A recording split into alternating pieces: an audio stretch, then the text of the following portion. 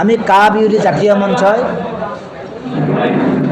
বিগত সময়ছোৱাত কা বিৰোধিতাৰ বাতিলৰ দাবীত ধাৰাবাহিকভাৱে আমি প্ৰতিবাদী কাৰ্য ৰূপায়ণ কৰি আহিছোঁ আৰু সাম্প্ৰতিক নিৰ্বাচন সম্পৰ্কত কা বিৰোধী জাতীয় মঞ্চৰ অন্তৰ্গত সংগঠনসমূহে আজি নিজৰ স্থিতি স্পষ্ট কৰিবৰ বাবে এই সংবাদমেলৰ আমি আয়োজন কৰিছিলোঁ।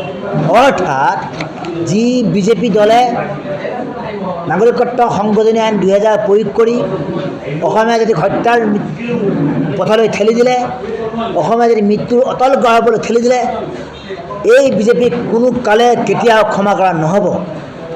এইবাৰ নিৰ্বাচনত বিজেপি দলক কোনো কাৰণে নিষ্ঠাৰ দিয়া নহ'ব।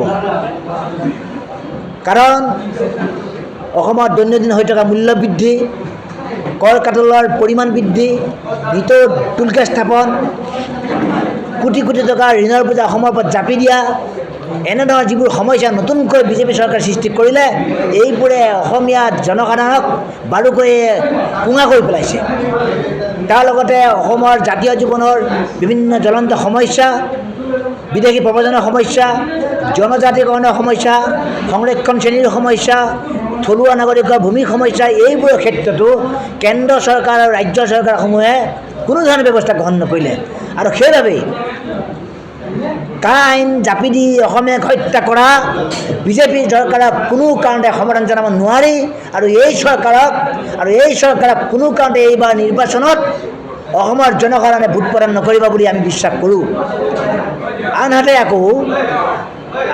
আকৌ কংগ্ৰেছ দলেও কা বাতিল কৰিম বুলি তেওঁলোকৰ নিৰ্বাচনী ইস্তাহাৰত তেওঁলোকে প্ৰতিশ্ৰুতি প্ৰদান নকৰিলে।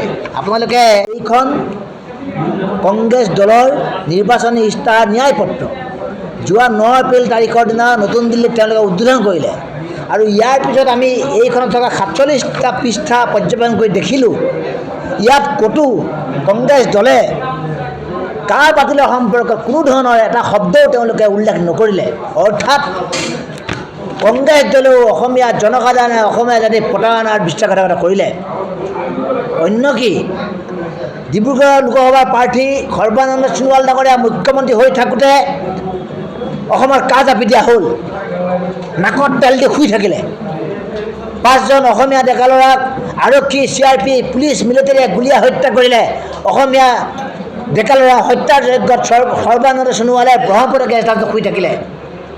আৰু নিজৰ আসনখন সুৰক্ষিত কৰিব নোৱাৰি সৰ্বানন্দ সোণোৱাল ডাঙৰীয়াই মুখ্যমন্ত্ৰী হিমন্ত বিশ্বক ৰাজ্য শাসনৰ ভাৰ জপাই দি দিল্লীত গৈ পেলাই সুৰক্ষিত স্থানত গৈ পেলাই তেওঁলোকে অৱস্থান গ্ৰহণ কৰিলে সৰ্বানন্দ সোণোৱালে।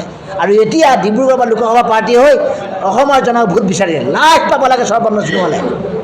তপন গগৈৰ কথাই কওক, প্ৰধান বৰুৱাৰ কথাই কওক, দিলীপ শইকীয়াৰ কথাই কওক, কৃপনাথ মাল্লাৰ কথাই কওক, যাৰে কথা নকওক, বিজেপিৰ কামাখ্যা প্ৰসাদ তাছাৰ কথাই কওক, সকলো বিজেপি প্ৰাৰ্থীয়ে অসমীয়া জনসাধাৰণৰ এই বিপদৰ সময়ত সাংসদক কিন্তু হামিয়াই, হিকটিয়াই, টোপনিয়াই সময় পাৰ কৰিলে।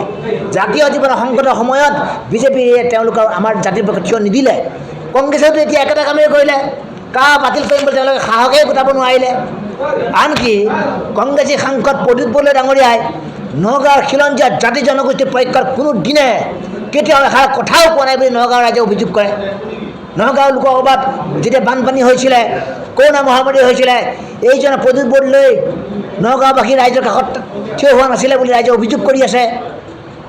কেৱল মিয়া মুছলমানৰ ভোটৰ আশাত, সংখ্যালঘু ভোটৰ আশাত প্ৰদ্যুৎ বৰদলৈ ডাঙৰীয়াই এতিয়া কেৱল মাত্ৰ মছজিদ, মাদ্ৰাজা আৰু মিয়া মুছলিমৰ কাষলৈ দৌৰি আছে বুলি ৰাইজে অভিযোগ কৰিছে।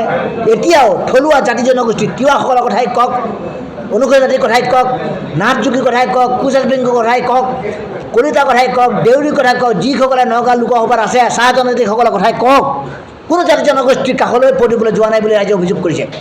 কিয় ভোট দিব তেওঁলোকক ৰাইজে? ঠিক তেনেদৰে গৌৰৱ গগৈ ডাঙৰীয়া পূৰ্বৰ সাংসদ হৈ থাকোঁতে সেই সমষ্টিটোত জাতীয় জনগোষ্ঠীয় সমস্যাবোৰ সমাধান নকৰিলে বুলি ৰাইজে অভিযোগ কৰি আছে।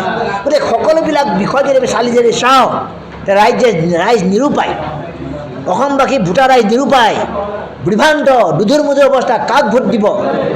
আৰু সেইবাবে আমি কা বিৰোধী জাতীয় মঞ্চই সকলোবোৰ দলৰ প্ৰাৰ্থীক এটা কথা 48 ঘণ্টা আমি বান্ধি দিছোঁ। 48 ঘণ্টাৰ ভিতৰত সকলো প্ৰাৰ্থীয়ে কা বাতিল কৰা, জাতীয় জনগোষ্ঠীয় সমস্যা সমাধানৰ ক্ষেত্ৰত কেনেধৰণৰ ভূমিকা গ্ৰহণ কৰিব, নিজৰ নিজৰ স্থিতি স্পষ্ট কৰিব লাগে বুলি আমি জাতীয় মঞ্চৰ তৰফৰ পৰা আমি সময়কে বান্ধিছোঁ। আৰু ভোটদাতা ৰাইজেও জাতীয় স্বাৰ্থ আৰু স্থানীয় সমস্যা সমাধানৰ বিষয়বস্তু সন্মুখত ৰাখি আহি থকা লোকসভা নিৰ্বাচনত উপযুক্তজনক ভোট প্ৰদান কৰিব বুলি আমি ৰাইজলৈ আহ্বান জনাইছোঁ।